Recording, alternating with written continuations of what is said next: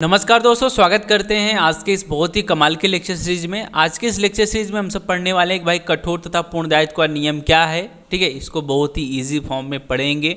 साथ में ये जो कठोर तथा पूर्ण दायित्व का नियम है, कौन सा इसमें भारत में लागू होता है या फिर नहीं है, यानी कि भारत में ये जो कानून है इसकी स्थिति क्या है, यहाँ पर लागू होता है या फिर नहीं होता है, और अगर इसमें कोई आवश्यक तत्व हैं तो वो क्या हैं, और इसमें अगर कोई अपवाद हैं आते हैं या फिर नहीं आते हैं वो भी जानेंगे, अगर आते हैं तो कौन है। ओवरऑल सभी चीज़ें देखने वाले हैं। साथ में केस लॉ भी देखेंगे जिससे आपको एग्ज़ाम में लिखने में दिक्कत ना हो। सभी चीज़ें बहुत ही ध्यानपूर्वक आप नोटिस करिएगा, सभी चीज़ें बहुत ही ध्यानपूर्वक पढ़ेंगे। बाकी जिसको नोट्स लेना हुआ लिंक डिस्क्रिप्शन में है, जा करके चेकआउट करिए, आपको नोट्स भी इसका मिल जाएगा।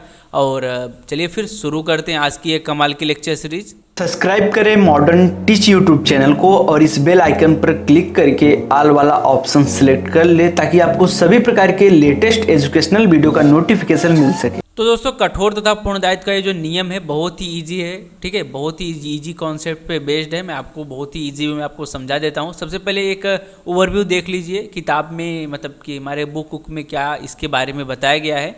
तो अपकृत्य विधि के अंतर्गत यहाँ पर बोला गया है कि अपकृत्य विधि के अंतर्गत ऐसे मामले हैं जिनमें प्रतिवादी का दायित्व इस बात पर निर्भर नहीं करता कि घटना घटित होने में उसका कोई दोष है या फिर नहीं है। ठीक है, भले ही क्षति जानबूझकर अथवा उपेक्षा से करित न की गई हो, फिर भी उसे उत्तरदायी ठहराया जाता है। तो कुछ ऐसे भी बोला जा रहा है यहाँ पर बोला जा रहा है कुछ ऐसे भी मामले हो जाते हैं हमारे अपकृत्य विधि के अंतर्गत जहाँ पर किसी बंदे का कोई गलती नहीं रहेगा, वो जानबूझकर गलती नहीं किया है और किसी को क्षति भी हुई है। ठीक है, और उसकी कोई उपेक्षा नहीं है, यानी कि उसका कोई नेग्लिजेंस नहीं है। नेग्लिजेंस की वीडियो आप लोगों ने देखा होगा, और जिन्होंने नहीं देखा तो प्लेलिस्ट को फॉलो करिए, टॉट की सभी वीडियोस आपको मिल जाएंगी, उसका लिंक डिस्क्रिप्शन में है। ये लगभग 20वां या 21वां वीडियो लेक्चर सीरीज़ है और 2-4 लेक्चर सीरीज और बाकी है। उसके बाद हम लोग कॉन्ट्रैक्ट के आगे मतलब बढ़ेंगे, कॉन्ट्रैक्ट पढ़ेंगे। ठीक है, तो यहाँ पर बोला जा रहा है कुछ ऐसे भी मामले हैं अपकृत्य विधि के अंतर्गत जहाँ पर किसी का दोष नहीं रहेगा, क्षति उसने जानबूझकर नहीं की।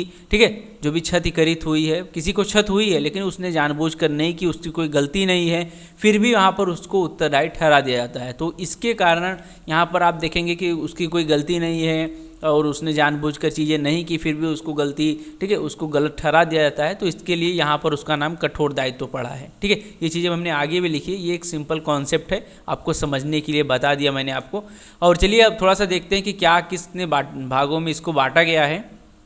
तो यहाँ पर इसको 2 भागों में, इस जो भी पार्ट है इसको 2 भागों में डिवाइड किया गया है। अब कुछ लोग सोचेंगे भाई ये जो कठोर दायित्व है पूर्ण दायित्व दोनों एक ही है, तो यहाँ पर आपको इसीलिए मैंने यहाँ पर लिख दिया है इस नियम को 2 भागों में बांटा गया है। फर्स्ट है कठोर दायित्व का नियम, ठीक है, और सेकेंड है पूर्ण दायित्व का नियम। ये दोनों अलग अलग चीज़ें हैं।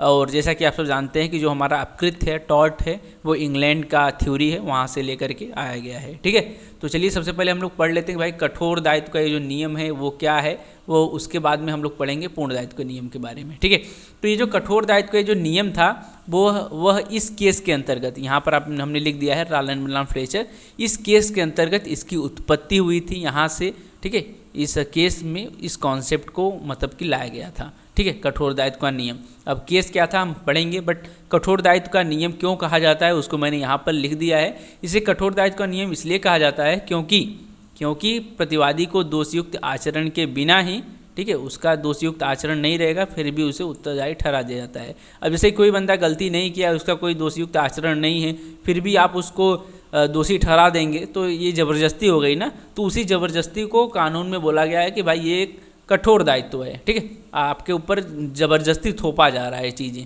आपके ऊपर ज़बरदस्ती दोष थोपा जा रहा है, तो इसके लिए यहाँ पर बोला जा रहा है ये कठोर दायित्व का नियम है। ठीक है, तो आगे हम लोग पढ़ेंगे, जानेंगे कि भाई क्यों ये नियम लाया गया, उसको भी हम लोग समझेंगे, उस थ्योरी को भी समझेंगे। सबसे पहले हम लोग देख लेते हैं भाई रालन मिलान फ्लेचर का वाद क्या था, जिसके कारण, ठीक है, जिसके कारण हमारे जज साहब को, या फिर ये तो इंग्लैंड का कॉन्सेप्ट था, तो इंग्लैंड के जो भी जज साहब थे उनको ये जो भी नियम था कठोर दायित्व का नियम बनाना पड़ा। तो इस सबसे पहले हम लोग केस देख लेते हैं, इस केस में क्या चीज़ें थीं, क्या मामला था। तो जैसा कि आप सब जानते हैं कि ठेकेदार लोग होते हैं, ठेकेदार लोग कॉन्ट्रैक्शन मतलब कॉन्ट्रैक्ट लेते हैं और बिल्डिंग बनवाते हैं, सड़क बनवाते हैं, ये सब वो लोग काम करते रहते हैं। तो इसी प्रकार की स्थिति रही होगी। ठेकेदार था एक व्यक्ति, उसको जलाशय का मतलब ज़रूरत था, कोई मान लीजिए सड़क का काम चल रहा था और वो सड़क काम के लिए उसको एक पानी की ज़रूरत थी, पानी इकट्ठा कहीं पर चाहिए था उसको, किसी काम के लिए सड़क पर पानी लगता है उसको, ठीक है, दबाने के लिए और उस पर पानी गिराया जाता है, तो उसको एक जलाशय का ज़रूरत था। तो उसने एक जगह जलाशय का निर्माण करवाया, ठीक है। बट जहाँ पर उसने जलाशय का निर्माण कराया वहाँ पर गुप्त सुरंग थी, ठीक है, गुप्त सुरंग थी, यानी कि ये जो गुप्त सुरंग थी उसका भी उसको ज्ञान नहीं था। जो भी ठेकेदार था उसको ज्ञान नहीं था कि भाई जहाँ पर हमने जलाशय का निर्माण कराया वहाँ पर कोई गुप्त सुरंग है और यहाँ से पानी निकल सकता है। तो वहाँ पर उसने जब ये बनवाया जलाशय का निर्माण जब उसने कराया तो गुप्त सुरंग थी। गुप्त सुरंग के जरिए एक व्यक्ति था जिसका कोयले की खदान थी, उसमें पानी चला गया था, ठीक है। इस प्रकार की यहाँ पर वाद थी। और जब पानी कोयले की खदान में चला जाएगा तो जैसा कि आप सब जानते हैं कि कोयले खदान में पानी जाने से फिर खुदाई उदाई नहीं हो पाएगी, कोयला सेल नहीं होगा। तो यहाँ पर उससे जिसका कोयले का खदान था उसको फिर क्षति होने लगी, उसका खर्चा पानी कैसे चलेगा। तो यही स्थिति थी। यहाँ पर मैंने शॉर्ट में एक ही बार में सब लिख दिया है, आपको समझने की दिक्कत ना हो। बाद में अगर कभी आप ये नोट्स पढ़ेंगे तो आपको समझ में आ जाएगा। यहाँ पर हमने लिखा है कि ठेकेदार द्वारा जलाशय का निर्माण कराने से गुप्त सुरंग से वादी को क्षति। क्या क्षति हुई थी? कोयले की खदान में पानी चला गया था, ठीक है। मैंने ये सब चीज़ें लिख दिया, जब भी आप पढ़ेंगे एक ही बार में आपको समझ में आ जाएगा, ठीक है। तो वही उसने जलाशय का निर्माण कराया था ठेकेदार ने और गुप्त सुरंग के जरिए यहाँ पर कोयले की खदान में पानी चला गया था। और ये जो मतलब गुप्त यहाँ पर जो लिखा गया है वर्ड, उसको आप हमेशा आप ध्यान रखिएगा। यहाँ पर जो गुप्त का लिखने का अर्थ ये है कि भाई ये जो ठेकेदार था इसको भी पता नहीं था कि यहाँ पर कोई गुप्त सुरंग है, ठीक है। तो ये चीज़ें आप ध्यान रखिएगा। और फिर भी, ठीक है, फिर भी उसको ज्ञान नहीं था इस बारे में, फिर भी उसको यहाँ पर इस वाद के अंतर्गत ठेकेदार को उत्तरदायी ठहरा दिया गया कि भाई आपने ये जलाशय का निर्माण कराया है, इससे कोयले की खदान में पानी चला गया है, आपकी वजह से उसको क्षति हुई है, जिसका भी कोयले का खदान है आपको ही पे आउट करना पड़ेगा, आपको ही क्षतिपूर्ति देनी पड़ेगी। तो ये कठोर दायित्व के अंतर्गत यहाँ पर लाया गया था। इसके पीछे कॉन्सेप्ट ये था जो कि बाद में हमारा कठोर दायित्व का नियम बन गया, तो वो लोग हम लोग यहाँ पढ़ लेते हैं, ठीक है, नियम के अंतर्गत। और कभी भी आपसे पूछा जाए कि भाई कठोर दायित्व का नियम क्या है तो ये बताइएगा। बाकी ये जो नियम है रालेन फ्लेचर के वाद से आया था, ठीक है, मैंने आपको वाद बता दिया। और उसके पीछे ये जो कॉन्सेप्ट आप बोल लीजिए या फिर आप कठोर दायित्व का नियम बोल लीजिए, दोनों एक ही बात है, वो ये है जो कि अब हम लोग पढ़ने जा रहे हैं, ठीक है। तो ये जो नियम है कठोर दायित्व का नियम ये है, यदि कोई व्यक्ति, ठीक है, कोई भी व्यक्ति है अपने भूमि पर खतरनाक वस्तु रखता है, ठीक है, अपने भूमि पर खतरनाक। अब कुछ लोग बोलेंगे भाई खतरनाक वस्तु क्या होगा, तो उन्होंने कुछ भी जज साहब ने तो कुछ बताया था, कुछ जो कि मैं यहाँ पर आपको बता दे रहा हूँ, जैसे कि विद्युत हो गया, प्रकंपन हो गया, मानी कि मतलब झंझनाहट सा चीज़ें हो गई। उसके बाद में उन्होंने बताया कि विषैले वृक्ष हो गए और मल प्रवाह हो गया, विस्फोटक पदार्थ हो गए, हानिकारक धुआं हो गया, जंग लगे तार हो गए। इस प्रकार की चीज़ों ने बताया कुछ खतरनाक वस्तु और भी हैं, और भी खतरनाक वस्तु हैं, उन्होंने कुछ ऐसे एग्जाम्पल दिए, ठीक है। तो आप ये नोट डाउन भी कर सकते हैं, मैं एक बार फिर से रिपीट कर दे रहा हूँ। बाकी नोट्स में यहाँ पे मैंने लिखा नहीं है और मैं लिख दूंगा नोट्स, जब आप लेंगे तो आपको ये लिखा मिल जाएगा, कोई दिक्कत नहीं है, ठीक है। तो ये सब चीज़ें हो गई, मैं एक बार रिपीट कर दे रहा हूँ। जैसे हो गया विद्युत हो गया, प्रकंपन हो गया, विषैले वृक्ष हो गए, मल प्रवाह हो गया, विस्फोटक हो गया, हानिकारक धुआं हो गया, जंग लगे तार हो गए। उन्होंने कुछ ऐसा एग्जाम्पल दिया था, ठीक है। मैं यहाँ पर साइड में लिख दूंगा या फिर यहाँ पर नीचे लिख दूंगा, वहाँ पे नोट्स में जब आप लेंगे तो वहाँ पर आपको मिल जाएगा, ठीक है। तो ये सब चीज़ें थी। उन्होंने बताया कि यदि कोई व्यक्ति है अपने भूमि पर खतरनाक वस्तु रखता है या फिर लाता है और उस वस्तु के वहाँ से बाहर जाने पर अगर किसी भी व्यक्ति को क्षति होता है तो वह प्रथम दृष्टया उत्तरदायित्व होगा, ठीक है, चाहे वह निर्दोष ही क्यों ना हो। ये पॉइंट थोड़ा सा ध्यान में देने योग्य है, ठीक है। अगर कोई व्यक्ति, जैसे कि मान लीजिए अब एग्जाम्पल से आपको बता देते हैं, एक बार आप फिर से पढ़ लेंगे समझ में आ जाएगा। और मैं एक बार फिर से रिपीट भी कर देता हूँ, ठीक है। यदि कोई व्यक्ति है अपने भूमि पर खतरनाक वस्तु रखता है, ये पॉइंट ध्यान रखिएगा, रखता है और लाता है, खतरनाक वस्तु रखता है या फिर लाता है, तो उस वस्तु के वहाँ से, ठीक है, वहाँ से बाहर जाने पर, ठीक है, बाहर जाने पर अगर किसी व्यक्ति को क्षति करित होगा, ठीक है, क्षति अगर होगा तभी वह प्रथम दृष्टया उत्तरदायित्व होगा। यानी कि अगर मान लीजिए हम कोई एक मतलब कि जैसे कि पहाड़ को तोड़ने के लिए विस्फोटक पदार्थ का उपयोग किया जाता है, ठीक है, बम ब्लास्ट करके वहाँ पर पहाड़ के चट्टानों को तोड़ दिया जाता है एक ही बार में। तो मान लीजिए हम हमारे आजू बाजू पहाड़ है और मैं पहाड़ में मतलब खुदाई उदाई का काम करता हूँ, जस्ट एक एग्जांपल है मान लीजिए। तो मैं विस्फोटक पदार्थ ला करके अपने घर में रखा हुआ हूँ और किसी ने हमारे घर से निकाल करके किसी के घर में फेंक दिया और वहाँ पर बम ब्लास्ट हो गया। तो यहाँ पर जज साहब सीधा हमको ही उत्तरदायी ठहरा देंगे कि भाई ये जो चीज़ें हैं आपकी वजह से हुआ, आपने खतरनाक वस्तु लाया, ठीक है, और आपके खतरनाक वस्तु लाने से ही ऐसा चीज़ें हुई हैं, इसके लिए आप ही उत्तरदायी माने जाएंगे, ठीक है। तो इस प्रकार की चीज़ें हैं कि अगर आप मतलब कि कोई खतरनाक वस्तु अपने घर में रखते हैं, ठीक है, और उसके वहाँ से बाहर चले जाने पर, ठीक है, बाहर चले जाने पर किसी व्यक्ति को क्षतिकरित हो जाता है, तो यहाँ पर सबसे पहले आप ही जिम्मेदार होंगे, भले ही वह आपकी वजह से निकला हो, आपकी गलती वहाँ पर हो या फिर नहीं हो, ये सब चीज़ें नहीं देखा जाएगा। आप खतरनाक वस्तु लाए थे इसीलिए आपको वहाँ पर दोषी ठहरा दिया जाएगा। तो ये इसके पीछे इस जो केस है, ये जो रॉलैंड मलम फ्लेचर का केस है, इसके पीछे ये कॉन्सेप्ट था। इस कॉन्सेप्ट के अंतर्गत ही ये जो ठेकेदार थे उनको यहाँ पर दोषी ठहराया गया था। अब यहाँ पर आप बोलेंगे कि भाई जलाशय का निर्माण कराना यहाँ पर कैसे खतरनाक मतलब कि वस्तु के अंतर्गत चीज़ें आ जाएंगी। तो जैसे कि यहाँ पर उनका ये कॉन्सेप्ट ये था कि भाई देखिए, नॉर्मल एक इंसान को 1000, 2000, 3000 लीटर के पानी की आवश्यकता होती है। अगर आप उससे ज़्यादा पानी का यूज करते हैं तो ये चीज़ें भाई खतरनाक हो सकती हैं, ये खतरनाक वस्तु के अंदर आ जाएगी। अगर आप नॉर्मल इंसान से, जिसे बोला जाता है नेचुरल यूज ऑफ लैंड, अगर आप नेचुरल यूज ऑफ लैंड कर रहे हैं तो ठीक है। नेचुरल यूज ऑफ लैंड मतलब कि जैसे कि एक कोई आदमी है, वो क्या करेगा, ज़्यादा से ज़्यादा बिजली की खपत करेगा 1000, 2000, 3000 वाट, ठीक है, और बाकी अगर कोई फैक्ट्री वाला है तो उससे ज़्यादा करेगा। इसी प्रकार से और भी एग्जाम्पल हैं, जैसे कि अब मान लीजिए कि कोई फैक्ट्री वाला है तो वो मशीन, ठीक है, मशीन अपना लगाया है तो वहाँ पर फिर कंपन उत्पन्न होगी, तो इसके लिए आप ही जिम्मेदार होंगे इस सब चीज़ों के लिए। तो अगर कोई गैस वैस निकल जाती है, आप कोई फैक्ट्री लगाए हैं, ठीक है, कोई मतलब आप आजकल जानते हैं आप सब सामान वामान प्रोडक्शन करने के लिए ये सब गैस वैस की ज़रूरत होती है, लेकिन नॉर्मल इंसान को कोई मतलब कि ये जो चीज़ें हैं जो केमिकल वेमिकल है इसकी ज़रूरत तो नहीं पड़ती है, ठीक है। तो इस प्रकार की चीज़ें अगर आप कोई फैक्ट्री वाला है, वो गैस कोई मतलब कि जो भी केमिकल है वो ला करके रखता है और कि उसकी गलती नहीं है, फिर भी किसी भी प्रकार से कुछ भी हो सकता है भाई, देखिए कुछ भी हो सकता है। मान लीजिए वो टैंक अपने आप ही फट गया या फिर किसी मतलब कि वर्कर की वजह से वो लीकेज हो गया, इस प्रकार की चीज़ें हो गई। अगर वो निकल करके बाहर चला गया, किसी को मतलब कि उसको सूंघने से मृत्यु हो गई, तो इसके लिए प्रथम दृष्टया आप ही उत्तरदायी होंगे। कठोर दायित्व के अंतर्गत ही आपको यहाँ पर दोषी ठहरा दिया जाएगा। तो जलाशय भी वहाँ पर बोला गया कि भाई नॉर्मल इंसान को जो भी जल की ज़रूरत है 1000, 2000, 3000 लीटर की ज़रूरत है और आपने एक जलाशय का निर्माण कराया, तो ये खतरनाक वस्तु के अंतर्गत आ गई और इसीलिए आप ये इस नियम के अंतर्गत आ गए, ठीक है। तो ये कॉन्सेप्ट उन्होंने रख करके जज साहब ने ये नियम को बनाया, ठीक है, और नियम, ये जो नियम है वही आता है कठोर दायित्व के नियम के अंतर्गत। तो आई होप आप समझ गए होंगे क्या चीज़ें हैं। ये है कठोर दायित्व का नियम, ये है रॉलैंड मलम फ्लेचर का वाद, क्या थी चीज़ें, सभी कुछ मैंने आपको बता दिया।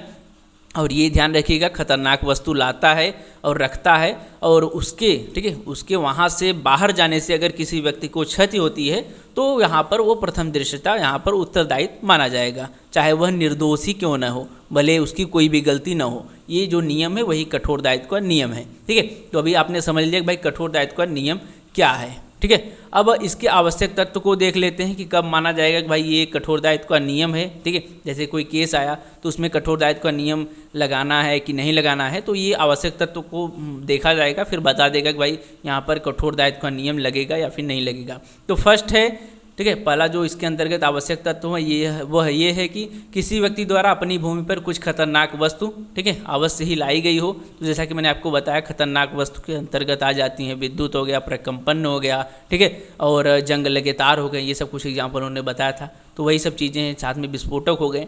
तो इस प्रकार की चीज़ें अगर कोई लाया है तो कोई केस है जिसमें ऐसा चीज़ें हैं, ठीक है, तो वो फर्स्ट अगर पॉइंट को फॉलोअप करता है तो वो आएगा, सेकंड भी फॉलोअप, ये 3 फॉलो करेगा तभी माना जाएगा भाई इस पे कठोर दायित्व का नियम लागू हो सकता है। तो फर्स्ट है खतरनाक वस्तु लाया जाना अवश्य होना चाहिए, उसके द्वारा कोई खतरनाक वस्तु लाया होना चाहिए। और सेकंड है रखी वस्तु अवश्य ही उसकी सीमा से बाहर चली गई हो, तो वही जो पॉइंट मैंने आपको बताया कि खतरनाक वस्तु लाई गई हो और वो बाहर चली गई हो। और जो थर्ड जो बहुत ही ज़्यादा इंपॉर्टेंट पॉइंट है, जो कि यहाँ पर हमने लिखा है, थर्ड जो आवश्यक तत्व है वो ये है कि वह भूमि का सहज स्वाभाविक उपयोग न हो। सहज स्वाभाविक उपयोग, जैसे कि मैंने आपको बताया कि फैक्ट्री वालों को, नॉर्मल इंसान को आपने देखा कि 1000-2000 वाट की ज़रूरत पड़ती है, जबकि जो भी फैक्ट्री वाले हैं उनको वहाँ पर इलेक्ट्रिसिटी की ज़्यादा ज़रूरत पड़ती है, ठीक है। वो भी जैसे फैक्ट्री लगाए हैं तो वहाँ पर फैक्ट्री को चलाने के लिए वहाँ पर मशीन होती है, तो ज़्यादातर लाइट की ज़रूरत होती है। अगर उस लाइट के तार टूटने उठने से किसी को क्षति होगी तो उसके लिए डायरेक्ट उस फैक्ट्री वालों को जिम्मेदार ठहरा दिया जाएगा। और जैसे कि मैंने बताया कि फैक्ट्री वालों को अपने प्रोडक्शन करने के लिए पानी की भी ज़रूरत पड़ती है, तो वो पानी भी इकट्ठा करते हैं और ज़्यादा रूप में पानी इकट्ठा करते हैं। जबकि नॉर्मल इंसान 1000-2000 लीटर या फिर 5000 लीटर यूज करेगा ज़्यादा से ज़्यादा, लेकिन वो बहुत ही ज़्यादा मात्रा में पानी का यूज करते हैं जो कि non natural use of land हो जाता है। तो वही सब चीज़ें उन्होंने बताया। जैसे कि फर्स्ट उन्होंने बताया कि भाई कोई खतरनाक वस्तु लाई गई हो और वो बाहर चली गई हो सीमा क्षेत्र से और वह भूमि का सहज स्वाभाविक उपयोग न हो। अगर ये तीनों पॉइंट फॉलो अप होगा तभी कठोर दायित्व का नियम लागू होता है। तो दोस्तों अभी तक आप लोगों ने समझा कि कठोर दायित्व का नियम क्या है। अब हम लोग जानते हैं कि भाई ये जो कठोर दायित्व का नियम है ये तो इंग्लैंड का कॉन्सेप्ट था, तो ये भारत में ये लागू होता है या फिर नहीं लागू होता है वो थोड़ा सा आप देखिए। तो भारत में स्थिति क्या है वो मैंने यहाँ पर भारत की स्थिति के अंतर्गत ये चीज़ें लिखी है।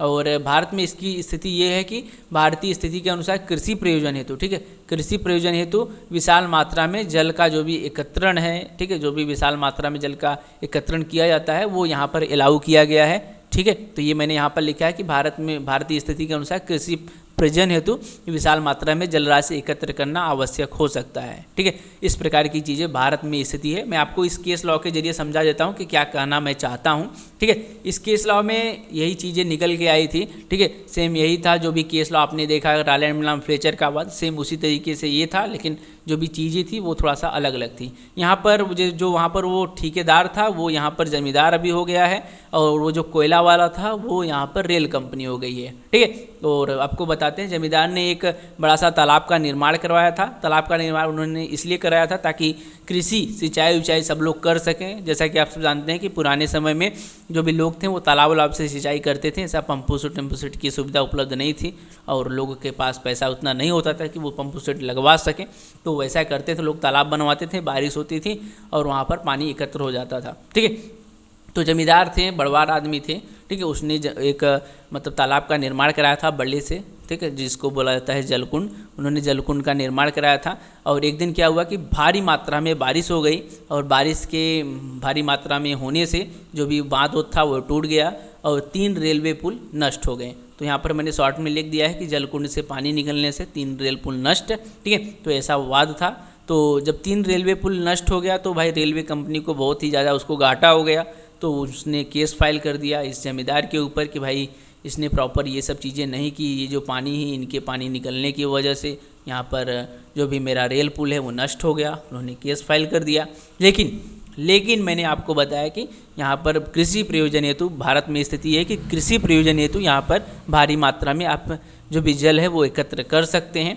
तो यहाँ पर वही थ्योरी को लागू किया गया और जज साहब का यहाँ पर उद्देश्य उन्होंने बताया कि भाई अगर हम जमींदार को यहाँ पर दोषी ठहरा देंगे, ठीक है, तो वो फिर तालाब उलाब अपना बंद कर देगा और अगर उसने तालाब उलाब ढपवा दिया, बंद कर दिया, ठीक है, और बाद में फिर सिंचाई उचाई नहीं होगी, लोग अपने ज़मीन में जो भी पानी उनी लेके जाते हैं, ठीक है, वो नहीं ले जा पाएंगे। उससे फिर क्या होगा कि जो भी कृषि काम है वो रुक जाएगा। अगर कृषि काम रुक गया तो फिर अन्न नहीं उगेगा। बहुत सारी चीज़ें उन्होंने सोच करके ये फैसला सुनाया और बोला कि भाई कृषि प्रयोजन हेतु यहाँ पर भारी मात्रा में जल एकत्रित करना हमारे इंडिया में अलाउ है और यहाँ पर उस जमींदार को उन्होंने छोड़ दिया, ठीक है। और उसके बाद भी उन्होंने एक छोटा सा उन्होंने पॉइंट लिखा जो कि मैंने यहाँ पर नोट में लिख दिया है, इसको आप हमेशा आप ध्यान रखिएगा। सम्यक सावधानी न बरती हो तभी उत्तरदायी होगा, ठीक है। जैसे कि उसने जमींदार ने तालाब का निर्माण कराया था तो उसने प्रॉपर तरीके से मेड़बंदी अगर की है, ये प्रॉपर तरीके से जो भी अगर तालाब निर्माण करा रहे हैं तो जब जल उसमें एकत्र होगा तो मेड़बंदी करना आवश्यक है, ठीक है। तो प्रॉपर तरीके से उन्हें अगर मेड़बंदी और बंदी की है, जो भी मतलब कि तालाब में जो भी प्रोसेस होता है, एक सही प्रोसेस होता है कि मेड़बंदी करो, पानी ज़्यादा हो तो निकलने की उसका भी एक रास्ता बनाओ, वो सब उसने अगर किया है तो फिर यहाँ पर उसको उत्तरदायी नहीं ठहराया जाएगा, ठीक है। अगर ऐसा उसने नहीं किया है, जैसे कि उसने यहाँ पर नेग्लिजेंस कर दिया, उपेक्षा कर दिया है, जो भी अपना काम है सही तरीके से नहीं किया है और उसके वजह से अगर किसी को नुकसानी होगी फिर यहाँ पर उसको उत्तरदायी ठहराया जाएगा। तो ये यहाँ पर जज साहब ने यहाँ पर उन्होंने बोला कि भाई ये जो चीज़ें ये पॉइंट थोड़ा सा ध्यान देने योग्य है। तो जमींदार ने सभी तरीके से जो भी प्रॉपर मतलब चीज़ें थी उन्होंने किया था, मेड वेड बंदी अच्छे तरीके से किया था, इसके लिए यहाँ पर उनको छोड़ दिया गया और बोला गया कि भाई आप सही हैं, आपको यहाँ पर कोई भी क्षतिपूर्ति करने की आवश्यकता नहीं है। ठीक है, तो ये पॉइंट आप ध्यान रखिएगा कि सम्यक सावधानी न बरती हो तभी वह उत्तरदायित्व होगा। ठीक है, जो भी प्रॉपर चीज़ें हैं वो अगर किया है, ठीक है, जो भी जैसे तालाब था तो तालाब में प्रॉपर मेड़बंदी किया है तो ठीक है, अगर नहीं किया है तब उसको उत्तरदायी ठहरा दिया जाएगा कठोर दायित्व के अंतर्गत। ठीक है, इस नियम के यहाँ पर अपवाद बताए गए भारत में। ठीक है, ये जो नियम के अपवाद इंग्लैंड में नहीं है, यहाँ पर हैं, हमारे इंडिया में है, तो ये नियम के अपवाद यहाँ पर हैं।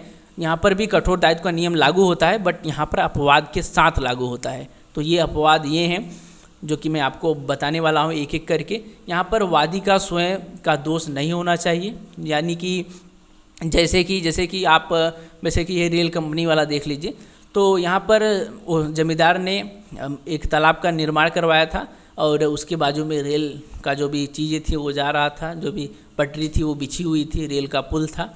तो यहाँ पर रेलवे कंपनी का कोई कर्मचारी उस जा करके अगर वो जो भी चीज़ें हैं, ठीक है, माटी, मान लीजिए रेलवे जब बनता है तो आजू बाजू से मट्टी निकाली जाती है। ठीक है, तो मान लीजिए मट्टी निकाल रहे थे और वो तालाब का जो भी बाँध था वो टूट गया, तो यहाँ पर उसकी स्वयं की गलती है। अगर स्वयं की गलती रहेगी तो वो जो जमींदार था वो फिर बोल सकता है भाई यहाँ पर मेरी गलती नहीं है, इनकी गलती है, तो कठोर दायित्व के अंतर्गत वो फिर बच जाएगा। ठीक है, तो अपवाद में हम लोग बचते ही हैं। तो वादी का अगर स्वयं का दोष रहेगा फिर उसको वहाँ पर उत्तरदायी नहीं ठहराया जाएगा। दैवकृत रहेगा तो जैसा कि मैंने आपको बताया, इसी केस के अंतर्गत ये जो केस था मतलब जमींदार वाला, तो जमींदार वाले में के केस में क्या हुआ था कि उसने तालाब का निर्माण तो कराया था, निर्माण कराने के बाद में उन्हें प्रॉपर तरीके से सभी चीज़ें की थी, मेड़बंदी की थी। ठीक है, लेकिन बारिश ज़्यादा होने की वजह से उसका बाँध टूटा था। ठीक है, तो यहाँ पर देवकृत अगर कोई चीज़ें रहेंगी, ठीक है, तो वो चीज़ें यहाँ पर छूट मिल जाएगी आपको, कठोर दायित्व के अंतर्गत आपको यहाँ पर फिर आपको दोषी नहीं माना जाएगा। और जो थर्ड है वो वादी की सम्मति। ठीक है, अगर कोई काम करने के लिए अगर कोई सम्मति दे देता है तो फिर आप जानते हैं कि भाई अब वो तो वरी हो ही जाएगा। ठीक है, और जो फोर्थ है तृतीय पक्ष का काम, जैसे कि कोई चोर उचक्के का काम अगर हो गया तो भी आपको रिलीफ मिल जाएगा, बट आपको ये प्रूव करना पड़ेगा। और जो फिफ्थ है वो है संवैधानिक प्राविधिकरण, यानी कि आपको किसी मतलब कि कानून के अंतर्गत आपको अधिकार प्राप्त था, जैसे कि ये नगर पालिका हो गए, इनको अधिकार प्राप्त है नाली वाली साफ करने का। तो इस प्रकार की चीज़ें अगर हैं, ठीक है, तो आप रिलीफ ले सकते हैं कठोर दायित्व के अंतर्गत। लेकिन आप ये हमेशा ध्यान रखिएगा, ये जो चीज़ें हैं केवल भारत में हैं। ठीक है, ये जो अपवाद हैं केवल भारत में लागू होते हैं और इंग्लैंड में ये बातें नहीं बताई गई हैं और भारत में ही इसके अपवाद को क्रिएट किया गया है। ठीक है, तो अभी तक हम लोगों ने पढ़ा कि भाई कठोर दायित्व का नियम क्या है, क्या कहता है कठोर दायित्व का नियम, इसके अपवाद क्या हैं, सभी चीज़ों को हमने एक एक करके बारीकी से समझ लिया। ठीक है, आवश्यक तत्वों को भी आपने देख लिया। अब हम लोग पढ़ते हैं पूर्ण दायित्व का नियम। अब ये पूर्ण दायित्व का नियम क्या है, थोड़ा सा इसको आप समझ लीजिए। जैसे कि क्या होता है कठोर दायित्व के नियम के अंतर्गत ये जो अपवाद थे आपने अभी जो देखा, उस अपवाद के अंतर्गत जो बहुत सारे अपराधी थे वो छूट जाते थे। ठीक है, इन अपवाद का सहारा लेकर के तृतीय पक्ष का काम है ऐसा वैसा बता करके छूट जाते थे। इसके लिए यहाँ पर ये जो पूर्ण दायित्व का नियम है वो लाया गया और ये पूर्ण दायित्व का नियम जो था वो MC मेहता, ठीक है, MC मेहता बहुत ही फेमस वकील थे, उनके जरिए लाया गया, जिससे कि जो भी अपराधी है वो छूट ना सकें।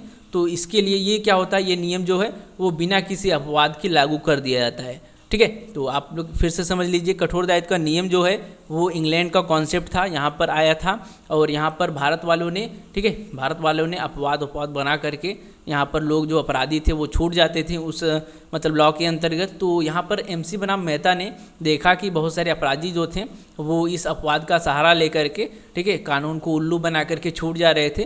तो इसके लिए यहाँ पर पूर्ण दायित्व का नियम लाया गया और इस पूर्ण दायित्व का नियम को आपको जानना बहुत ही ज़रूरी है। इसमें कोई भी अपवाद नहीं है, बिना किसी अपवाद को आपको डायरेक्ट ही उत्तरदायी ठहरा दिया जाता है। ठीक है, तो इसके लिए यहाँ पर इसका नाम है पूर्ण दायित्व का नियम। चलिए पढ़ते हैं कि क्या है चीज़ें। इसे पूर्ण दायित्व का नियम इसलिए कहा जाता है क्योंकि इसके अंतर्गत बिना किसी दोष के भी दायित्व उत्पन्न होता है तथा कोई, ठीक है, कोई इसके अपवाद भी मान्य नहीं है। ठीक है, तो जो मैंने आपको बताया कि इसका कोई भी अपवाद नहीं है, आपका कोई दोष नहीं रहेगा, फिर भी आपको यहाँ पर उत्तरदायी ठहरा दिया जाता है। ठीक है, ध्यान रखिएगा, इसका कोई अपवाद मान्य नहीं है, इसका कोई अपवाद ही नहीं है। ठीक है, और ये जो थ्योरी था वो MC बनाम मेहता बनाम यूनियन ऑफ इंडिया के केस के अंतर्गत आया था। ठीक है, इसके अंतर्गत इसका निर्माण हुआ था। मैंने यहाँ पर ये चीज़ें लिखी हुई हैं। तो ये जो पूर्ण दायित्व का ये जो नियम था MC मेहता बनाम यूनियन ऑफ इंडिया के अंतर्गत आया था। तो आप लोग सोच रहे होंगे कि भाई इस केस के अंतर्गत क्या चीज़ें हुई थी जिसके कारण ये जो पूर्ण दायित्व का थ्योरी है वो लाया गया था। वो मैंने यहाँ पर शॉर्ट में लिख दिया है। जब भी आप नोट्स लेंगे एक ही बार पढ़ेंगे तो आपको समझ में आ जाएगा। ठीक है, नोट्स का लिंक डिस्क्रिप्शन में है, जाके आप चेकआउट कर लीजिएगा इन टाइम में। ठीक है, अंत में। और इस केस में हुआ क्या था वो देख लीजिए। ओलियस, ठीक है, ओलियस नाम का गैस था, उसके रिसने से अनेक व्यक्तियों पर हानिकारक प्रभाव पड़ा।